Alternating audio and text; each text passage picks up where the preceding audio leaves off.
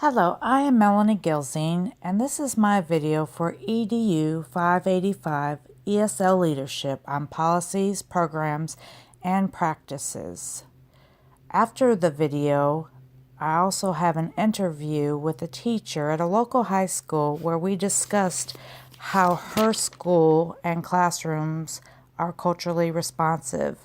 At the end of the video, I have made some recommendations to help improve their cultural responsiveness also in the school as well as in the classroom. Policies.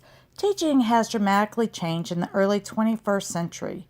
Many more classrooms contain English language learners, students whose home language is not English and who are not classified as fluent English proficient. In the year 2000, the census stated that 1 American in 5, that's 47 million, speaks a language other than English at home. Spanish is accounted for about 3 million school-age children. That's approximately 76.9%. 1 out of 4 students will be classified as English language learner by the year 2025. A brief history as far as ELL and policy. In the 1920s to the 1960s, English immersion was pretty much a sink or swim policy and dominant method of instruction of language minority students. Few or no remedial services were available, and students were generally held at the same grade level until enough English was mastered to advance in subject areas. In 1964, the Civil Rights Act, Title VI prohibited discrimination on the basis of race, color, or national origin in the operation of all federally assisted programs. In 1968, the Bilingual Education Act was passed, Title VII of the Elementary and Secondary Education Act of 1968. This established federal policy for bilingual education for economically disadvantaged language minority students. It allocated funds for innovative programs and recognized the unique educational disadvantages faced by non-English speaking students. In the year 2001, the No Child Left Behind Act gave the reauthorization of Elementary and Secondary Education Act of 1965 and appropriated funds to states to improve the education of limited English proficient students by assisting children to learn English and meet challenging state academic content and student academic achievement standards of the Equal Educational Opportunities Act of 1974. And in 1982, Plyler versus Doe, under this act, it basically states that the state does not have the right to deny a free public education to any undocumented immigrant children. Programs. ESL, English as a Second Language programs, are likely to be used in districts where the student population represents many different languages. ESL programs can accommodate students from different language backgrounds in the same class, and teachers do not need to be proficient in the home languages of their students. The first model is an ESL pullout. The students spend part of the day in a mainstream classroom, but they are pulled out for part of the day to receive instruction in English as a second language. Content-based English as a second language programs, they include structured immersion, sheltered English, and specially designed academic instruction in English. The goal is to teach English language learners both English language and academic content. Some strategies used are the use of gestures, visual aids, and simplified English so that students can access content. There are also bilingual instructional programs, and these use the student's home language in addition to English. These programs are most easily implemented in districts with a large number of students from the same language background. Students in bilingual programs are grouped accordingly to their first language, and teachers must be proficient in both English and the student's home language. Another popular format is for two teachers, a mainstream and a first language, to co-teach the standards-based curriculum. Some important practices to keep in mind when teaching ELL students. One critical component is to get to know the student's background for them to succeed academically. Also, celebrate and embrace culture in the schools as a strength and to promote success. It's important to involve families and communities and to use them as an asset in the learning process. Schools and districts should provide training to assist teachers in providing equitable instruction for ELLs. Providing multilingual materials and resources in the classroom, as well as differentiation such as visuals, graphic organizers, sentence stems, and offer multiple ways of learning. Hello, my name is Mrs. Gilzine, and I have with me today Ms. Cosby. Do you mind, Ms. Cosby, telling us a little bit about yourself? This is my first year teaching. I'm a special education teacher.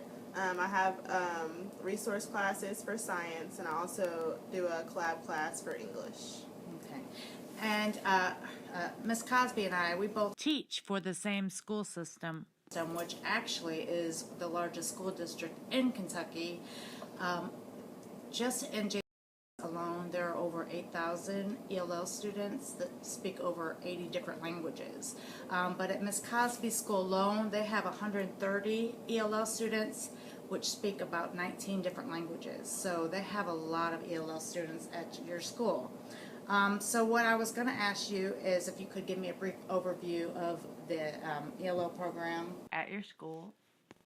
So as for the students that I have in the ELL program, I have one student who he has, so through their schedule they have 8 classes, and in one of those classes they go to an ELL class, and it's about 10 to 12 of them in there, and in there they kind of work on, you know, strategies that they need in order to be in the general education classroom.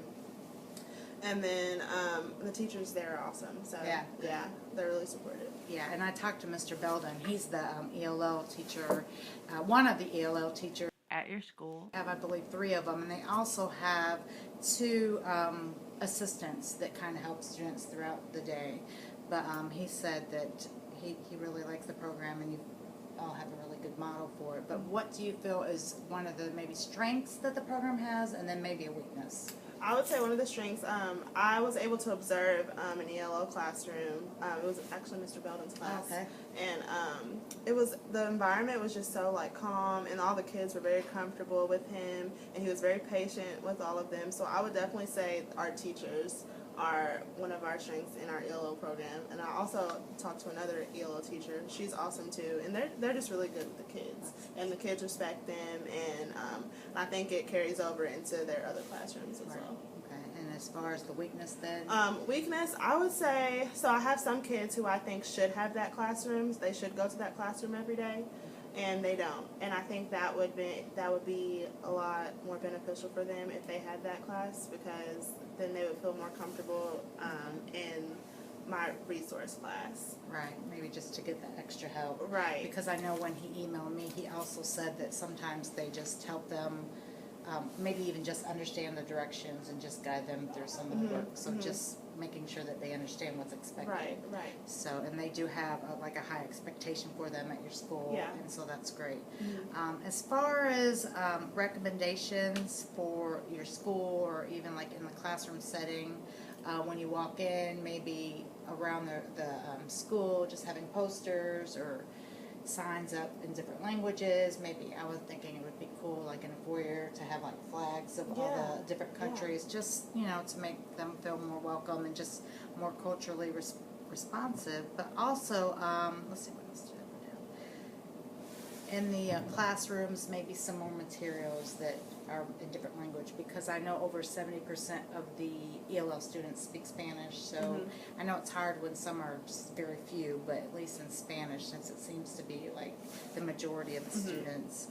Have you had any type of PDs or any type of training as far as working with ELL students? I would say the most ELL training I got was in college. So I would say at DOS, no, I haven't had a lot of ELL things, which I think would be beneficial for not even just special ed teachers, but for every teacher. Yeah, and that was one thing that I thought about. I mean, Mr. Belvin seemed to really he came from actually Newcomer, which Newcomer is one of our actual ELL facilities where when people first come in, they go to that school. But he came from there, and he had a lot of insight on that. But PDs, just even if it's just during a staff meeting, maybe one of the recommendations I told him was just maybe to try to promote staff meeting where they could kind of give you some strategies or, just even how to make the classroom more responsive for them. Just, knowing their background is so important. Just knowing where they came from, their home life, and just that will help guide you in your teaching.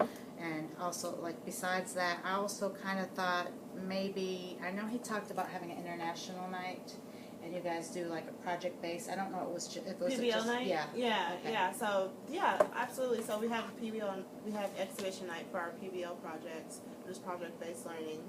And I'm not sure if he had for our last exhibition, I'm not sure if he did it, but I think for the next, we have another one coming up in May. So I think that could really open up, So is it done more than once a year? Because I know he just mentioned that it was an international fair and it was project-based. So for the international fair might be something different than the actual exhibition night, but he might include what he did at the international fair at the exhibition night. Yeah. So for like the school could see and the community could see. Okay, yeah. So I was just thinking maybe more ways to bring the community in, especially since there's just like such a vast difference in like languages and culture. Maybe have, like a Spanish speaking night where maybe different foods could be coming, like dances, people can, do some demonstrations of dances. Kind of like, I don't know if you've ever been to the International Fair downtown where they have all the different cultures. Yeah. Something like that, and just bring it to the school where maybe these kids can like kind of show off some of their talents where maybe they wouldn't, necessarily, they're not just going to get up in the classroom and do it, but, just to give them some pride and feel like they're appreciated. But, I mean, overall, school is a really, really culturally responsive school. Like she was saying, the staff is great. Mr. Belden's reached out to me multiple times about the program, and overall I think they do a good job, but there are also little things just along the way to incorporate into it. But I want to thank you for your time. Thank you. Here are some recommendations for being culturally responsive in the schools and the classroom. For academic and language development, supplying the classrooms with more material in other languages or about different cultures could be a great asset to all students to encourage academic learning and language development. Also, supporting language in the classroom, it is important to give students ample time for discussion and collaboration. Cooperative learning is a great way to allow students to interact with one another using language, and this could push them beyond their basic interpersonal communication to develop their cognitive academic language proficiency. Making groupings vary, give feedback, and hold all students accountable for learning and participating. And for academics, fostering learning for ELOs could be as simple as using graphic organizers like WEBs, KWL charts, T-charts, Venn diagrams, or any visual that could help support in learning, and give students content and language objectives to help support ELLs. The school could be culturally responsive by offering multiple meetings throughout the year, also keeping parents informed and using staff to translate during the meeting would be beneficial. Conducting more home visits throughout the year in order to connect with culturally and linguistically diverse families and help them transition and be involved and informed of their students' education. Hanging posters or pictures up in the foyers, hallways, and classrooms from different cultures could show value and respect for other cultures. Also, displaying the flags from different countries represented in the school would be a great way to show diversity. This could be welcoming to all that enter the doors, especially the families of ELL students. Include the community or culture is to have visitors or guest speakers share their experiences on topics being taught in the classroom. Inviting community members from different cultures for job fairs would show role models for minorities, and they can visit the schools and classrooms and recount their success stories. Successful professionals or business people can talk about their profession and talk about cultural diversity and how it is supported in their workplace. Another great way to celebrate culture would be to have a culture night that represented certain countries based on language. For example, maybe have a Spanish night for all ELLs whose home language is Spanish. They could cook and serve food from different countries' representatives, share music and dance, and artifacts that are from their country. In many countries, humanities and arts is an important part of their culture and is transmitted in the home to gain appreciation of the great works of art, architecture, music, and dance achieved by their culture. Also, one of the important ways to be culturally responsive is making sure teachers and staff are culturally aware. One way is to offer staff meetings or PDs that focus on ELLs. The ELL department could help staff members plan to integrate content instruction with the language development objectives, with classroom and mainstream teachers in grade level team meetings, with bilingual teachers to choose complementary materials in first and second language, with resource teachers to share diagnostic tools, set policies for grading, and create units of instruction that incorporate content and English language development standards. It is important for all staff to reflect and be mindful of the different cultures and values that ELLs and their families bring, and how you can use this culture as an asset